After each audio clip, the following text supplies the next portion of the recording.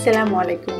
শীতের আয়োজনে আজকে আপনাদের জন্য নিয়ে এলাম বাটা মশলায় রান্না ভীষণ মজার হাঁস ভুনা রেসিপি। আমাদের দেশে শীতকালে যেমন নানা রকম পিঠাপুলি খাওয়ার একটা রেওয়াজ আছে, তেমনি শীতের সময় চালের রুটি, চিতই পিঠা অথবা ছিটা রুটির সঙ্গে এই হাঁস ভুনা খাওয়ার প্রচলনও কিন্তু যুগ যুগ ধরেই চলে আসছে। কারণ শীতের সময় হাঁসের গায়ে বেশি চর্বি জমা হয়, তাই শীতের সময়ে হাঁস ভুনা খাওয়ার মজাই আলাদা। আমার চ্যানেলে গত শীতেও কিন্তু আমি হাঁস ভুনার একটা রেসিপি দিয়েছিলাম, চালের রুটির সঙ্গে নারকেল দুধ দিয়ে রান্না করা ভীষণ মজার হাঁস ভুনার রেসিপি। আপনারা চাইলে সেটাও দেখে নিতে পারেন। আজকে নারকেল দুধ ছাড়াই কিভাবে আরও মজা করে হাঁস ভুনা করা যায় সেটাই দেখাবো। আশা করছি আপনাদের ভালো লাগবে। আজকে রান্না করার জন্য আমি এখানে গোটা একটা হাঁস নিয়েছি, টোটাল 1800 গ্রাম আছে। আর হাঁসটাকে চামড়া সহই রান্না করতে হবে। চামড়ার ছোট ছোট যে লোমগুলো থাকে সেগুলোকে সরানোর জন্য আমি হাঁসটাকে আলতোভাবে পুড়িয়ে নিয়ে তারপরে মাঝারি টুকরো করে কেটে নিয়েছি। আপনারা চাইলে বড় বা আরও ছোট ছোট করেও কেটে নিতে পারেন। আর আজকে রান্নাটা আমি সরিষার তেল দিয়ে করছি, আপনারা যে কোনো তেল দিয়ে করতে পারেন। খুব বেশি তেল নেব না, কারণ হাঁস থেকেও কিন্তু অনেক তেল বের হবে, যেহেতু আমরা চামড়া এবং চর্বি সহ রান্নাটা করব। তেলটা গরম হয়ে গেলে তারপর এর মধ্যে আমি গোটা মশলা দিচ্ছি। 2 টুকরো এলাচ, 2টো শুকনো মরিচ, 3টা ছোট তেজপাতা, সাথে 5টা সবুজ এলাচ এবং একটা কালো এলাচ, সাথে 5-6টা লবঙ্গ দিয়ে দিলাম। এগুলোকে হালকা একটু ফোড়ন তুলে নিয়ে তারপরে এর মধ্যে আমি পেঁয়াজ কুচি দিয়ে দিচ্ছি, প্রায় 1.5 কাপের মতো। জানি দেশে এখন পেঁয়াজের দাম অনেক বেশি, তবুও কিছু রান্না আছে যেগুলোতে পেঁয়াজ লাগে। আপনারা চাইলে কমিয়ে বা বাদ দিয়েও করতে পারেন। যাই হোক, এইবার এই গরম তেলের মধ্যে পেঁয়াজগুলোকে আমি নেড়ে চেড়ে ভেজে নিব। একেবারে বেরেস্তার মতো করব না, তবে এটার গায়ে আমি সোনালি আভা নিয়ে আসবো, ঠিক এরকম হবে। বেরেস্তা করতে হলে আরও কিছুটা সময় ভাজতে হবে। তো হয়ে গিয়েছে। এবারে আমি এর মধ্যে দিয়ে দিচ্ছি বাটা মরিচ। শুকনো মরিচ ভিজিয়ে রেখে আমি এভাবে বেটে নিয়েছি, স্বাদ মতো দিবেন। আমি প্রায় 2 টেবিল চামচের মতো দিয়েছি, কারণ আমি একটু ঝাল ঝাল করে হাঁসটাকে রান্না করতে যাচ্ছি। মরিচটা এই তেলের মধ্যে একটু ভেজে নিলে খুব সুন্দর একটা কালার আসবে আমাদের রান্নায়। আর যাতে মরিচটা পুড়ে না যায়, তাই ওই বাটিটা ধুয়ে সামান্য একটু পানিও দিয়ে দিয়েছি। যখন দেখবেন মরিচটা বেশ কষা কষা হয়ে এসেছে এবং লেগে যাচ্ছে না, সেই পর্যায়ে আমি এর মধ্যে দিয়ে দিব বাকি মশলা। প্রথমে আমি 2 টেবিল চামচ আদা বাটা দিলাম, সাথে দিয়ে দিচ্ছি 1 টেবিল চামচ রসুন বাটা। প্রথমে এই দুটোকে একটুখানি নেড়ে মিশিয়ে নিব, তারপরে আমি বাদবাকি মশলাগুলো দিয়ে দিব।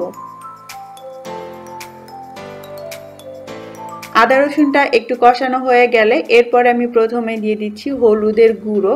আমি হলুদের গুঁড়ো পানিতে ভিজিয়ে রেখেছিলাম, এতে করে বাটা মশলার একটা ইফেক্ট আসে। এরপরে আমি 1 টেবিল চামচ করে দিয়ে দিচ্ছি জিরা এবং ধনে বাটা, সাথে স্বাদ মতো লবণ দিয়ে দিতে হবে। লবণটা আমি প্রথমেই পুরোটা না দিয়ে প্রথমে মশলার জন্য যেটুকুন লাগে সেটুকুন দিলাম, পরে মাংস অ্যাড করার পর বাকি লবণটা আমি দিয়ে দিব। আর লবণটা একবারে না দিয়ে মাঝে মাঝে চেখে দিলেই ভালো। এইবারে এই মশলাটাকে কষিয়ে নিতে হবে এবং মাঝে মাঝে অল্প অল্প করে পানি দিতে হবে, যাতে হাঁড়িতে মশলাটা না লেগে যায় বা না পুড়ে যায়। মশলাটা আমাদেরকে ততক্ষণ কষাতে হবে যতক্ষণ এর ভেতর থেকে তেল বের হচ্ছে এবং যতক্ষণ আপনার মনে হচ্ছে যে নিচে লেগে যাচ্ছে। আমার মশলাটা কষানো হয়ে গিয়েছে, এইবারে আমি মাংসগুলো অ্যাড করে দিব। হাঁসটাকে ভালো করে পরিষ্কার করে ধুয়ে এভাবে মাঝারি সাইজে কেটে আমি একটা বাটিতে রেখে দিয়েছিলাম। আপনারা যখন রান্না করবেন চেষ্টা করবেন হাঁসের চামড়া এবং চর্বি সহ রান্না করতে। যদিও চামড়াটা পরিষ্কার করা ঝামেলা, তবে একটু কষ্ট করে পরিষ্কার করে নিলে খেতে কিন্তু অনেক মজা লাগবে। এবার এই মশলার মধ্যে আমরা 3-4 মিনিট ধরে মাংসগুলোকে নেড়ে চেড়ে কষিয়ে নিব, যতক্ষণ না মশলা আর মাংসটা মাখামাখি হয়ে যাচ্ছে। 3-4 মিনিট পরে এইবারে আমি চুলার আঁচটা মিডিয়ামে করে দিয়ে ঢেকে দিব, কারণ আমরা এখন এই মাংসের ভেতর থেকে পানিটা বের করে নিব। প্রথমে আমরা কোনো পানি এই মাংসের মধ্যে দিব না, প্রথমে আমরা চেষ্টা করব মাংস থেকে মাংসের পানিটা বের করে নেওয়ার। প্রায় 15 মিনিট পরে আমি ঢাকনাটা সরিয়ে নিচ্ছি। দেখতেই পাচ্ছেন অনেক খানিকটা পানি এর মধ্যে বের হয়ে গিয়েছে, কোনো পানি কিন্তু আমি এখনো দেইনি। আরও পানি বের হবে, তবে একবারে বেশিক্ষণ ঢেকে না রেখে মাঝে মাঝে ঢাকনাটা তুলে এইভাবে একটু নেড়ে চেড়ে দিবেন, যাতে নিচে লেগে না যায়। একটু নেড়ে চেড়ে উল্টে পাল্টে দেওয়ার পর আমি আবারও চুলাটা একটু কমিয়ে দিয়ে তারপর ঢাকনা দিয়ে ঢেকে দিব। এই পর্যায়ে আপনি লবণটা চেক করে দেখতে পারেন এবং আপনার পছন্দ মতো বা স্বাদ মতো লবণ অ্যাড করে দিতে হবে। আরও 15-20 মিনিট পরে এবার আবারও ঢাকনাটা সরিয়ে নিচ্ছি। দেখতেই পাচ্ছেন এতক্ষণ ধরে কষা হওয়ার কারণে এবং কোনো ধরনের পানি না দেওয়ার কারণে মাংসের কালারটাও কিন্তু চেঞ্জ হয়ে গিয়েছে এবং অনেক পানি বের হয়েছে। তবুও মুরগির মাংস থেকে হাঁসের মাংসটা কিন্তু তুলনামূলক শক্ত হয়, যার কারণে এর মধ্যে আমাদের আরও পানি অ্যাড করতে হবে মাংসটাকে পুরোপুরি সেদ্ধ করার জন্য। আমি একটু নেড়ে চেড়ে মিশিয়ে দিলাম। এইবার আপনার মাংসের অবস্থা বুঝে আপনাকে এর মধ্যে পানি দিতে হবে। গরম পানি দিলে ভালো হয়। আমি আগে থেকে পানি গরম করে রেখেছিলাম, সেটা এর মধ্যে দিয়ে দিচ্ছি। এটার আসলে মাপঝোঁক নেই, আপনি যেমন ঝোল রাখতে চান বা আপনার মাংস সেদ্ধ হতে কতটুকুন পানি লাগবে সেটা বুঝে পানিটা দিতে হবে। পানিটা ফুটে উঠলে এবার আমি এর মধ্যে কলিজা দিয়ে দিচ্ছি। আগে থেকে কলিজাটা অ্যাড করা যাবে না, তাহলে এটা গলে যাবে। এই পর্যায়ে দিলে কলিজা সেদ্ধও হবে আবার গলেও যাবে না। আবারও ঢেকে দিচ্ছি এবং ততক্ষণ পর্যন্ত রান্না করব যতক্ষণ না আমাদের মাংসটা একদম সুসিদ্ধ হচ্ছে। অল্প আঁচে ঢেকে আরও 20 মিনিট রান্নার পর আমার কাছে মনে হয়েছে মাংসটা পুরো সেদ্ধ হয়ে গিয়েছে।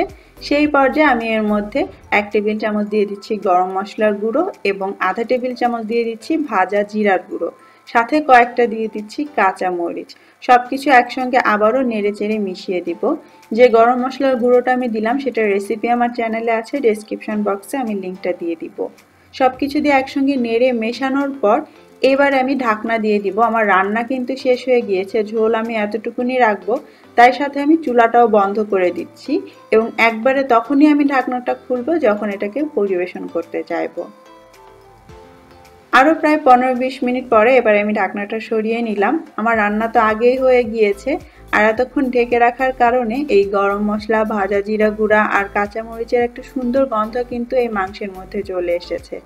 আপনারা যারা অনেকেই হাঁসের মাংসে একটা আলাদা গন্ধ পান বলে খেতে চান না, এইভাবে রান্না করে দেখবেন, কোনো গন্ধই পাবেন না আর খেতে কিন্তু ভীষণ মজার হবে। বেশি সময় ধরে কষানোর কারণে কালারটাও কিন্তু খুব চমৎকার আসবে। আর এই রকম একটা হাঁস ভুনার সঙ্গে ভাত খেতে পারেন, পরোটা খেতে পারেন, লুচি খেতে পারেন, তবে চিতই পিঠা, ছিটা রুটি আর চালের রুটি হলে তো কোনো কথাই নেই। আশা করছি আজকের রেসিপি ভালো লেগেছে। সবাই অনেক ভালো থাকবেন। আল্লাহ হাফেজ।